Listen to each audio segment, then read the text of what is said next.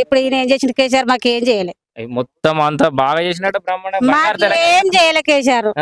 నాకు 3 కొడుకులు ఉన్నారు. మా మామకి 2 కొడుకులు అయితే ఒక్కనే చనిపోయిండు. మా ఆయన హుషారు లేడు. నేను హుషారు ఉన్నా కాబట్టి కొన్ని 9 ఏళ్ళు గ్రామ పంచాయతీలో పనిచేసిన. ఇక మా ఆయన మమ్మల్ని మేము సంవత్సరం గురించి లొల్లి పెట్టుకుంటే మీ ఆయన నన్ను అన్నాడని నన్ను పల్లకెళ్ళి తీసేసింది. ఈయన 10 ఏళ్ళలో బంగారు తెలంగాణ చేసినాడు, బాగా చేసినాడు. ఏం చేయలే. గరీబ్ వాళ్ళు మొత్తం లావట్టినా అన్నాడు. మాకేం లావట్టలే. ఎవరైనా చెప్పమన్నారా ఇట్లా? లేదు నాకు కొంత అనుభవం.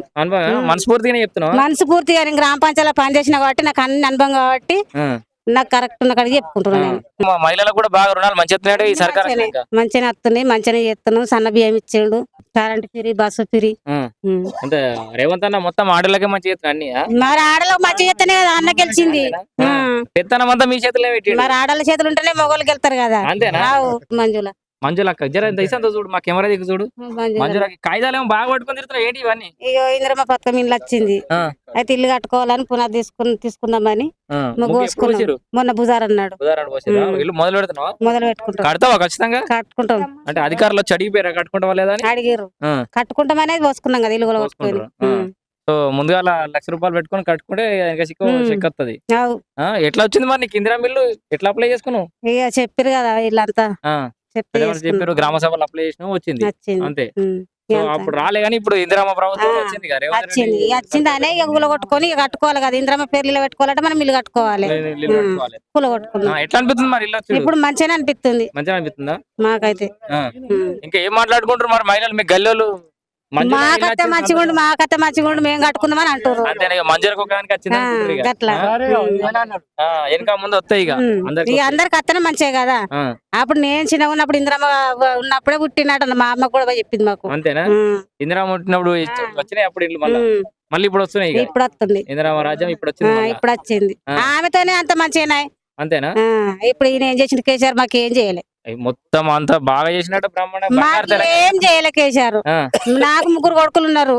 మా మామకి 2 కొడుకులు అయితే ఒక్కనే చనిపోయిండు. మా ఆయన హుషారు లేడు. నేను హుషారు ఉన్నా కాబట్టి కొన్ని 9 ఏళ్ళు గ్రామ పంచాయతీలో పనిచేసిన. ఇక మా ఆయన మమ్మల్ని మేము సంవత్సరం గురించి లొల్లి పెట్టుకుంటే మీ ఆయన నన్ను అన్నాడని నన్ను పల్లకెళ్ళి తీసేసింది. ఈయన అంతనే ఉన్నా. అంతేనా? ఇప్పుడు మరి జాబ్లు వచ్చినాయి కొడుకులకి? లేదు, ట్రాక్టర్ పని చేస్తాడు. మరి కేసీఆర్ ఏం చేసిండు మరి? మాకు ఏం చేయలే. 10 ఏళ్ళలో బంగారు తెలంగాణ చేసినాడు, బాగా చేసినాడు. ఏం చేయలే. గరీబ్ వాళ్ళు మొత్తం లావట్టినా అన్నాడు. మాకేం లావట్టలే. మా ఇంటి వరకు అయితే ఏం చేయలే. ఏం చేయలే. కొత్త సర్కార్ వచ్చినాక ఇప్పుడైతే మాకు మంచిగా అనిపించింది. ఇందిరమ్మ ఇల్లు వచ్చింది, సంతోషంగా కట్టుకుంటాము, మేము మంచిగా ఉంటాం. ఎవరైనా చెప్పమన్నారా ఇట్లా? లేదు నాకు కొంత అనుభవం.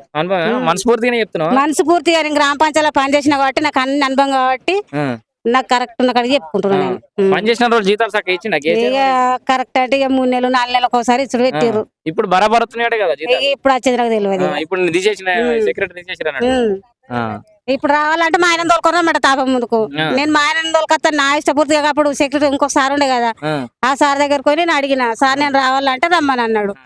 అత్తే ఇక నేను అట్లా పోయినా. 8 నెలల తర్వాత మా 2 గొడవ అయితే అద్దు మీ ఆయన తోలుకొని రమ్మని అన్నది. మహిళా సంఘంలో ఉన్నా మళ్ళీ రుణాలు వస్తున్నాయా? తీసుకురా? తీసుకోలే ఇంకా. వచ్చుడైతే వస్తున్నాయి. సో మహిళలకైతే మహిళలకు కూడా బాగా రుణాలు మంచి ఎత్తున్నాడు ఈ సర్కార్. మంచిగా వస్తున్నాయి, మంచిగా చేస్తున్నాం. సన్న బియ్యం ఇచ్చిండు, మంచిగా ఉన్నాయి. Current free, bus free. అంటే రేవంత్ అన్న మొత్తం ఆడలకే మంచి చేస్తున్నాడు అన్ని. మరి ఆడలకు మంచి చేస్తేనే కదా అన్న గెలిచింది. పెత్తనం అంతా మీ చేతులే పెట్టి. మరి ఆడల చేతులు ఉంటేనే మొగోళ్ళు గెలుతారు కదా. అంతేనా? ఇప్పుడు రాష్ట్రాన్ని మీరే నడిపించినట్టున్నారు. మరి మాతోటే మీకాయ. అంతేనా? ఇప్పుడు రేషన్ కార్డులో మీదే ఫోటో, ఇందిరామిల్లు మీ పేరు మీదనే, రుణాలు మీకే. ఇందిరమ్మ మాలకనే కదా. అంతేనా? ట్రాన్స్పోర్ట్ బస్సులు, ఇప్పుడు బస్సులో ఫ్రీగా పోడు కాదు, బస్సులు కూడా కొనుక్కునేందుకు అవకాశం ఇచ్చినట్టు. మాకు మాకు పేదలు మేము కొనలేము. అంటే సంఘం తరపున కొనుక్కోవాలనుకుంటారు. నిన్న గ్రూపుల తరపున మాట్లాడారు. బస్సు కొంటారు మొత్తం బస్సులు కొనుక్కోమంటుండ్రు, పెట్రోల్ పంపులు పెట్టుకోమంటుండ్రు, అది పెట్టుకోమంటుండ్రు, కుట్టు మిషన్ వచ్చింది, ఇవన్నీ పెట్టుకుంటే పెట్టుకోమని. చిన్న చిన్న పెద్ద పెద్ద వ్యాపారాలు కూడా చేస్తామని చెప్తున్నారు. కొన్ని మాపైతే కొన్ని కట్టుకుంటామని మాట్లాడారు.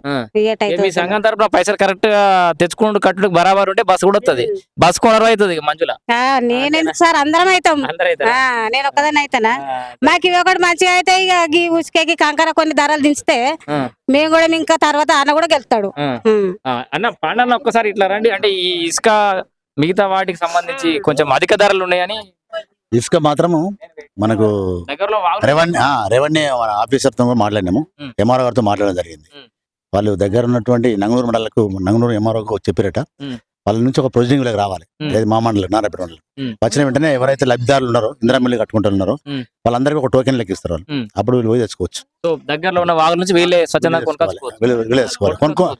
ఇసుక ఫ్రీ అన్నట్టుగా ట్రాన్స్పోర్ట్ తెచ్చుకోవాలి. వీళ్ళు తెచ్చుకోవాలి, ట్రాన్స్పోర్ట్ వీళ్ళు ఇసుక తెచ్చుకోవడానికి అవకాశం ఉందట. అది ఉంది ఒకటి. ఓకే, మిగతా స్టీల్ ధరలు కూడా స్టీల్ కూడా వాడు కూడా చెప్తున్నాడు. ఉమ్. అది ఇంకా ఏం రాలేదు. ఇంకా వస్తే మాత్రం ఖచ్చితంగా ఇన్ఫర్మేషన్ ఇస్తారు వీళ్ళకు. ఉమ్. ఆ షాపుల దగ్గర పోయినప్పుడు వాళ్ళకు ఆ రేటు అంటే మార్కెట్ రేట్ కన్నా తక్కువ రేట్లో ఉమ్. ఇస్తారు. అది కూడా ఓకే, అర్థమైంది అమ్మ. ఇసుక కూడా దగ్గరలో ఉన్న వాగులకి మీ అంతా మీరు కొట్టుకొచ్చుకోవడానికి అవకాశం కూడా ఇస్తారట. సో ఇప్పుడు ఇది మీకు ఇచ్చే 5 లక్షలతో సంబంధం లేదు. ఇక ఇసుక కూడా గవర్నమెంట్ నుంచి మీరు కొట్టుకొచ్చుకోవచ్చు. ఎంతో కొంత అట్లా కూడా పైసలు పెరుగుతాయి. మిగతా స్టీల్ అవన్నిటి కూడా పైసలు తక్కువ చేయమని మాట్లాడుతురట. సో అవన్నీ తక్కువ చేసి ఇల్లు అయితే తొందరగా కట్టుకుంటాం సార్. సంతోషమేనా? సంతోషంగా మా కొడుకు లగం కూడా మేము ఇలానే చేస్తాం. నా కొడుకు ఇప్పుడు 21 ఆ ఇల్లు కట్టినాకనే కొడుకు లగం చేస్తుండని ఇందిరా ఇంట్లో కొడుకు కొడుకు లగం చేస్తా.